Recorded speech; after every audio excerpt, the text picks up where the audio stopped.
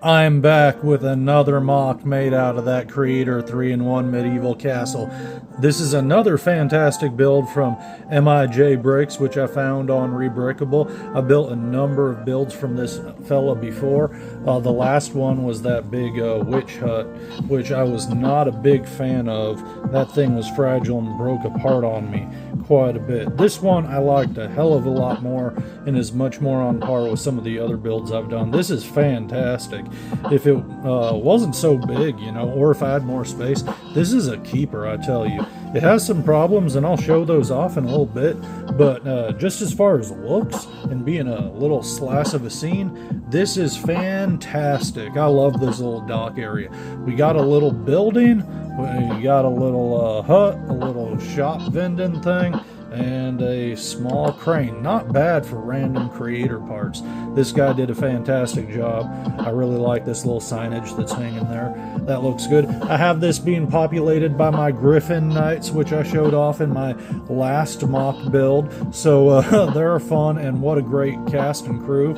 I like them. But here we got the blacksmith in this little blacksmith shop. And if I can get a little closer, even closer still, there we go. Look at the inside of this blacksmith. I really like that a lot. Let's just remove this out of the way so my finger don't bump it. But we got a little anvil here that's built, and we got a hammer with a spring action.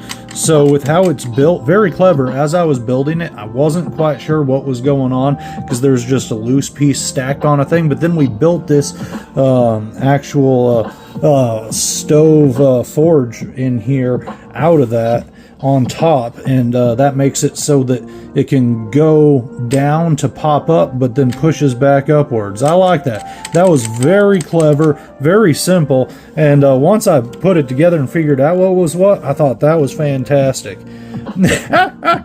But this is real cute. I like the interior in here a lot. It's just hard to reach in and get your hands in there, and you don't really have too much space. You can just pretty much put a dude right there and that's it.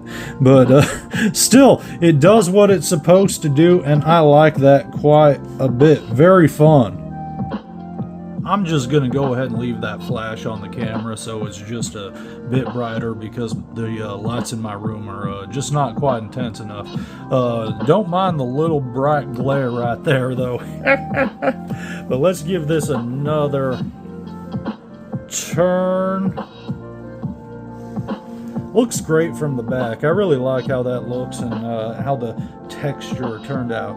Real fun. I like the little use of target there too. I did do some slight modifications to this build from the instructions, which are free and I highly recommend, just to make it work for my Griffin Knights. Like I changed how this top right here was formed, just so I could make it grab onto a different type of shield, because the other shields, it had a different grabbing piece facing a different direction. So I just used one of the spare reds that was left over from this build. I like this ladder a lot. I wish there was a little bit more room for placing a guy along the wall, but I like that there's at least one stud worth to click a guy on there. You just got to kind of have him leaning forward so his back stuff don't get in the way if he has anything on his back like this archer does. But it looks real good. I like this a lot.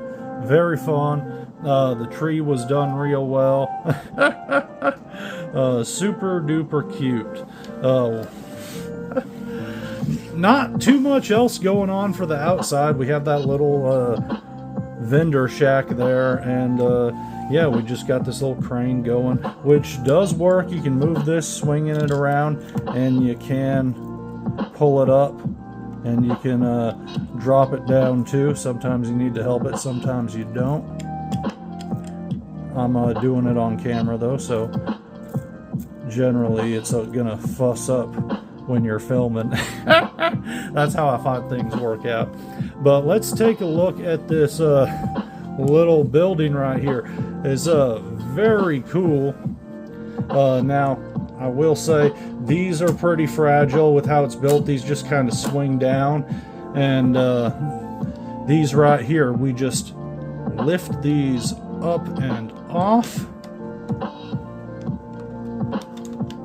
do that for both sides. And we have a really nice interior in here. You can also pop this off too, real easy if you like. But we got 2 beds, a little fireplace there. I like the skull we have hanging up on the wall. That's real cool. We got a candle by each bedside. Very nice. Also like this rug we have right in the middle there. You can also remove this top floor if we're careful, but I always find these come off when I'm taking the floor off here. So we're just gonna try and get it by the edges. Yeah, there we go. Ah! Beatrice fell down. Poor Betty. Let's put her back there. So you can take the floor off and we can get inside, but not really. Because although it's pretty detailed, it's hard to get in there. Like, you can barely fit her down there in any spot, and good luck actually positioning and clicking somebody into place, let alone playing in there. But we have a little kitchen, and there's a stovetop with a little overhang. We got the little counter with all the veggies being prepared. Over here we have a table, and there's a seat underneath the stairway down there too, as well as a seat right there, and that fireplace which goes all the way up to the top floor as well. But then you just have this stairway going around, and we have more brick built signage right there hanging on the wall, which I think does look real good. But yeah, you just can't really get in there to play, and even when you like do a thing with the door, like you can hardly get the door open all the way.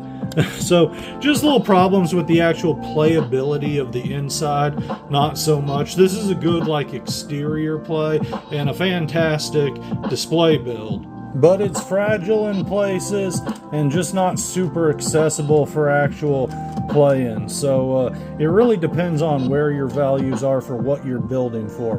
Either way, this is definitely worth a build, just because it was a fun process. I liked how certain things were put together and done. Like I said, how the inside of that forge there was done was pretty cool. I like how this works with just sliding the rooftop there, and it just kind of gets into place perfect. And you can do the same with this one before or after putting in that little pop out, because it will just rest there, and you just have a little spot to get that in there, and you just got to kind of get a feel for it. And it's like, all right, there, it's in. Nice. Oops, knocked over that right there, but that's just held on with one of them little snot pieces plugged in. This is real fun though. I like it a lot. I especially like just the back details. You didn't need to do all that little bit of extra, because you're not going to be facing it out this way if you're building this for display. But real nice. I realize I pointed out before I changed this. The other tiny changes I did was I changed up how this sign was done as well, because that was done for the Black Falcon shield that this set came with, and and that can pop off real easy too, because that's done really clever by putting this bit on right there. You just plug that in. How cool is that? I thought that was super duper neat. I liked that a lot. A lot of clever, fun things in this build. But yeah, I switched out how that sign was done. Just the still using parts that were in the set, but I used just one of these pieces instead of a different one that was in the instructions. You'll see what I'm talking about if you download the instructions for yourself, which I recommend because it's a very fun set to build, and it looks cool too.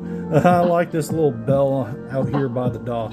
Real fun, and this crane was just done in a clever way that I liked a lot. The only other change I made though was this right here. I used yellow pieces instead of brown, because I could not find extra brown pieces. This called for like 5 brown pieces I didn't have. I guess I've just lost them over time, or they're mixed in with something else, but I'm missing like 3 of these that it wanted. Although, to be fair, I know where one of them is, and I'm using it for something else. But it also wanted 2 1x4 brown plates, which I just couldn't find. So I just used a bunch of 1x1 brown tiles that I had and used those in its place. But other than that, this is how it's supposed to be. Looks like sun setting on the kingdom here, so I should probably wrap this review up too. I don't have much else to say. I already introduced these characters in a previous MOC video, in fact the one right before this, so check that out if you want to learn all about them. But there's some fun goofy folks, and I'll do a stop motion story time with them down the road. But this ain't their permanent home. I still ain't mocked that out myself, but I want to do an original mock for that. But these guys are a lot of fun. I like this set a lot. Give it high recommendations.